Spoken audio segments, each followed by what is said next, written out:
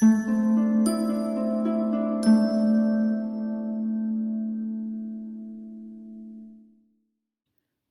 10.2 System of linear equations in several variables.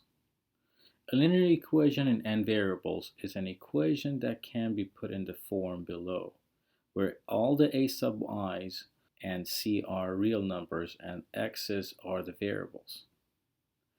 If we have 3 or 4 variables, we generally use x, y, z, and w instead of x sub 1, x sub 2, x sub 3, and x sub 4. An equation is linear if the degree of each term is at most 1.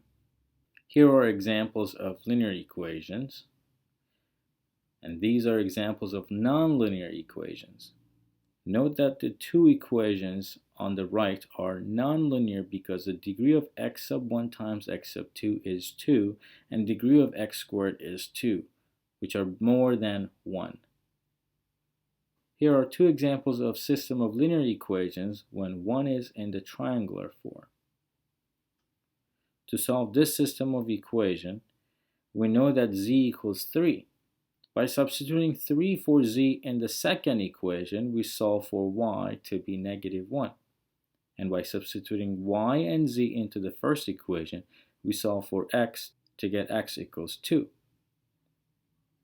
Thus, the possible solution is 2, -2, 3. And then we check the answer to make sure it is an actual answer. I leave this part to you. These are the operations allowed on system of equations. We can add a non-zero multiple of one equation to another equation. We can multiply an equation by a non-zero scalar, or switch the position of two equations. Here's another system to solve. First, we multiply the second equation by 2 and add it to the third equation. Using the second and third equations, we eliminate the x variable. Now we add the first and second equations to eliminate the x variable. Note that we used equation 1 and 2 to eliminate x, and equations 2 and 3 to eliminate the same variable x. So this is the new system of equations. Now we multiply the second equation by -3 and add it to the third equation to eliminate another variable and get z equal to 3. This simplifies the system to a triangular form. We substitute z into the equation 2 to get y equals to -1, and use y and z to substitute it into the first equation to solve for x. In this word problem, Jason receives an inheritance of $50,000. His financial advisor suggests that he invest this in 3 mutual funds: a money market fund, a blue chip stock fund, and a high-tech stock fund.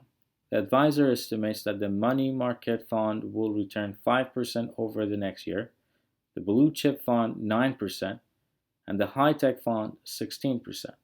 Jason wants a total first-year return of $4,000. To avoid excessive risk, he decides to invest 3 times as much in the money market fund as in the high-tech stock fund. How much should he invest in each fund?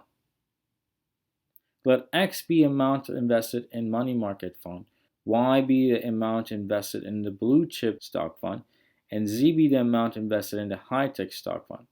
So the system of equations we have would be this.